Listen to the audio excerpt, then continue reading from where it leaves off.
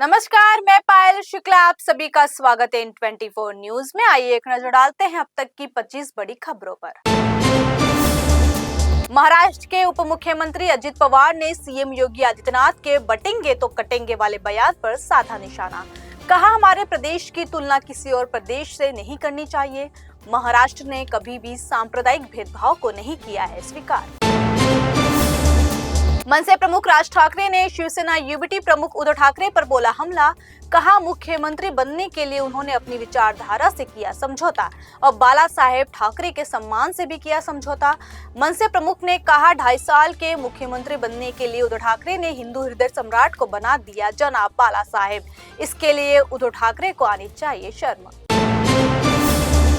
नहीं थम रहा धमकी देने का सिलसिला। बॉलीवुड अभिनेता सलमान खान को एक बार फिर से लॉरेंस बिश्नोई गैंग की ओर से मिला धमकी भरा संदेश। मुंबई के ट्रैफिक पुलिस कंट्रोल रूम में आया धमकी भरा मैसेज, जिसमें सलमान खान और लॉरेंस बिश्नोई पर लिखा गया एक गाना।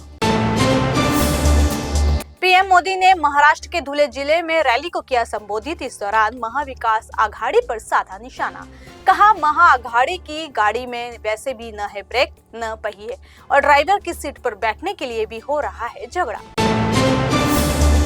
प्रधानमंत्री नरेंद्र मोदी ने धुले में विपक्ष पर साधा निशाना। कहा, हर महिला को इन अघाड़ी वालों से रहना होगा सतर्क।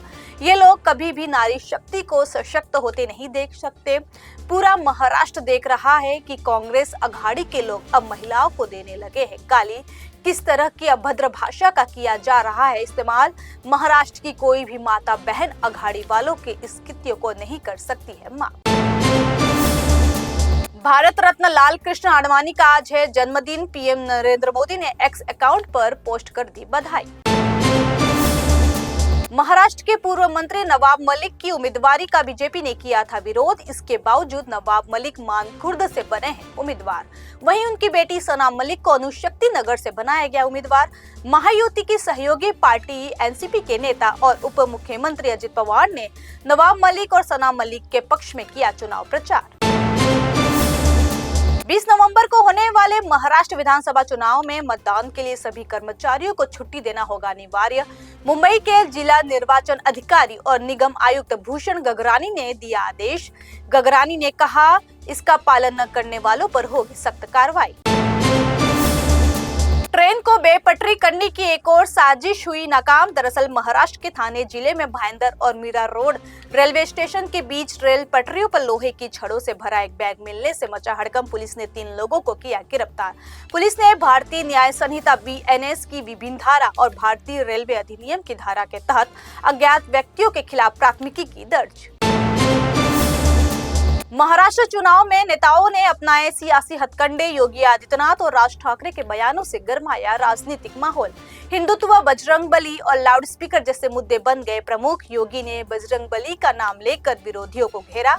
वहीं उद्धव ठाकरे ने भाजपा के हिंदुत्व को बताया अलग। चुनावी राजनीति धर्म के इर्द गिर्द हो गई है केंद्रित, जहां धर्म की राजनीति का लगाया जा रहा है सारा दांव।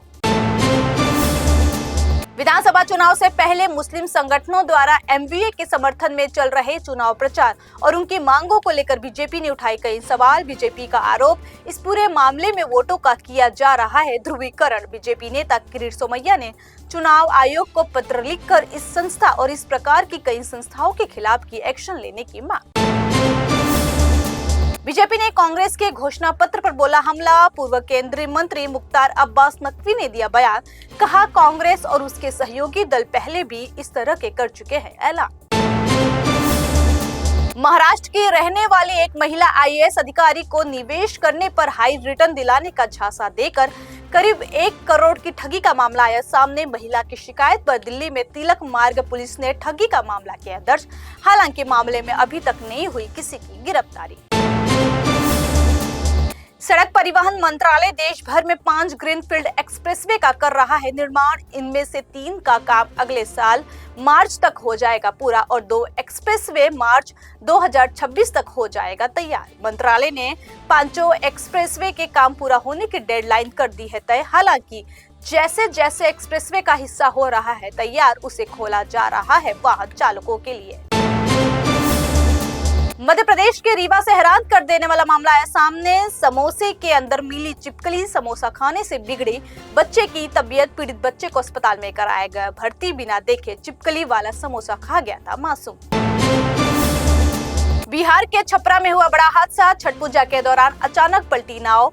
हादसे में 2 लोगों की हुई मौत। जानकारी के मुताबिक नाव में सवार थे 10 लोग।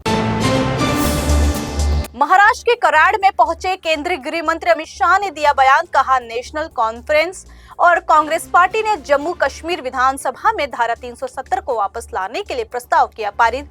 कहा, कश्मीर भारत का अभिन्न अंग नहीं है। अमित शाह ने कहा, शरद पवार साहब चाहे आपकी 4 पीढ़ियां आ जाए, हम धारा 370 को नहीं आने देंगे वापस।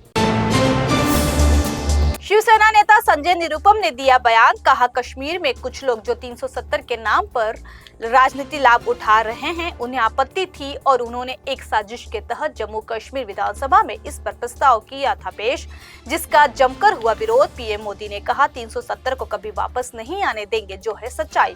फारूक अब्दुल्ला और उमर अब्दुल्ला सिर्फ 370 के नाम पर राजनीति करेंगे, इसे नहीं कर सकते वापस लागू।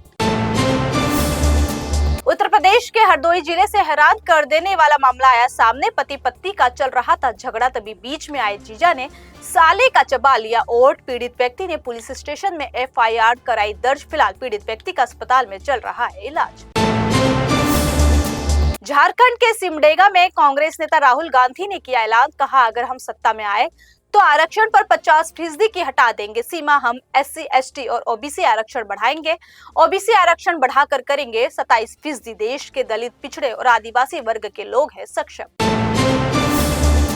उत्तर प्रदेश के बागपत जिले में 50 साल पुरानी एक मस्जिद को गिराने का आदेश हुआ जारी। हाईकोर्ट ने राजस्व संहिता के आधार पर सुनवाई कर निस्तारण करने का दिया आदेश। साथ ही मुतवल्ली पर 4 लाख से अधिक रुपए का लगाया अर्थदंड। 28 नवंबर के बाद मस्जिद गिराने की होगी कार्रवाई। उत्तर प्रदेश राज्य महिला आयोग ने महिलाओं को बैड टच से बचाने और पुरुषों के बुरे इरादों को रोकने के लिए एक प्रस्ताव किया पेश। कहा, पुरुष यानी कि मेल टेलर को महिलाओं के लिए नहीं सिलने चाहिए कपड़े और नहीं काटने चाहिए बाल। राज्य महिला आयोग की अध्यक्ष बबीता चौहान ने रखा यह प्रस्ताव, जिसका मिला समर्थन। रूस के राष्ट्रपति व्लादिमीर पुतिन ने एक बार फिर की भारत की जमकर तारीफ। कहा, भारत और रूस में लगातार बढ़ रहा है सहयोग। पुतिन ने भारत को बताया महान देश। जम्मू कश्मीर के सोपोर में सुरक्षा बलों ने मुठभेड़ में 2 आतंकियों को किया ढेर। सोपोर में पिछले 2 दिन से चल रही है मुठभेड़।